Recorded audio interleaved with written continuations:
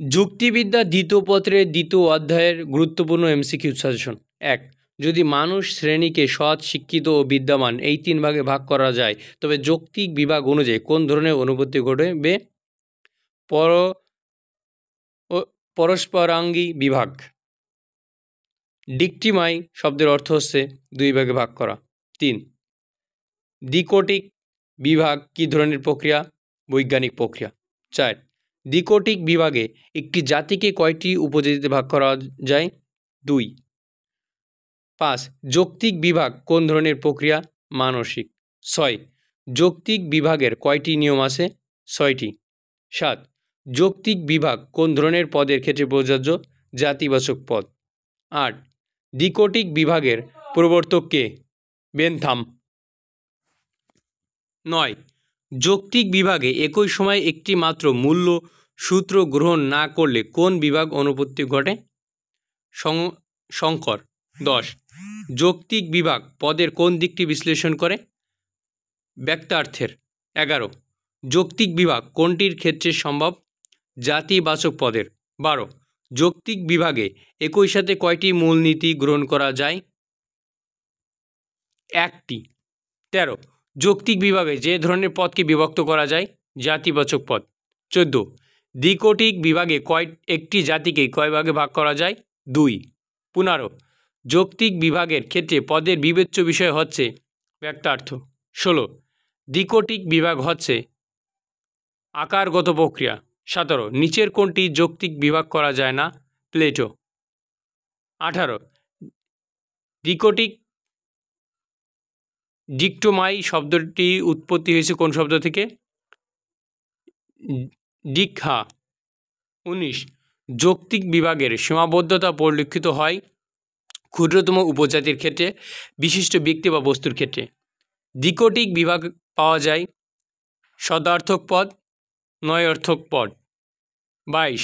নিম্নের কোন পদটিকে যৌক্তিকভাবে বিভাজন করা যায়? মানুষ।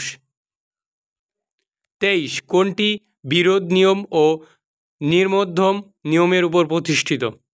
দ্বিকোটিক বিভাগ। 24.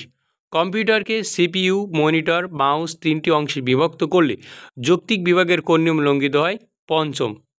25. যৌক্তিক বিভাগের যথার্থ নির্ণয় করা কোন বিষয়ের উপর? একটি মাত্র নীতি। 26. কোন বিষয়টির যৌক্তিক বিভাগ সম্ভব নয়? অপরতম উপজাতি। 27. যৌক্তিক বিভাগ পরিমাণগত দিক থেকে হবে নিচের কোনটি? সমানার্থক।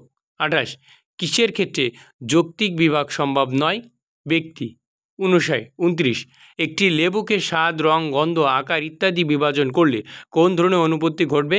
গুণগত বিভাগ। 30. ত্রিভুজকে সমবাহু এবং সমদ্বিবাহু এই 2 ভাগে ভাগ করলে কোন অনুপত্তি ঘটে? অব্যাপক বিভাগ। 31.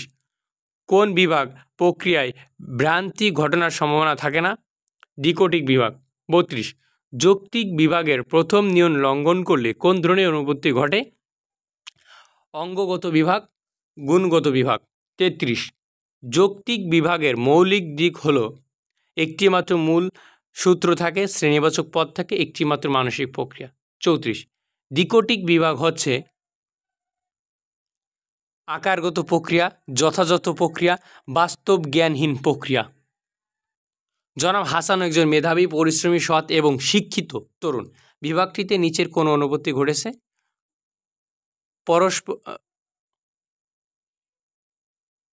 পরস্পরাঙ্গী। 36. অঙ্গগত বিভাগ কি?